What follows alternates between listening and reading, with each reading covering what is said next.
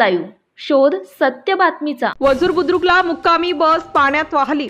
मानवत तालुक्यात पावसाचा कहर, पाथरी पोखर्णी रोड बंद।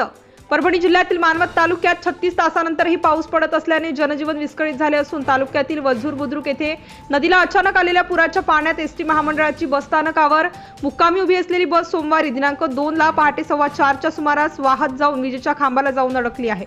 मानवत शहरासह तालुक्यात शनिवार दिनांक 31 पासून मध्यरात्रीपासून जोरदार पाऊस सुरू आहे, त्यामुळे नदी नाले व ओढे तुडुंब भरून वाहत आहे।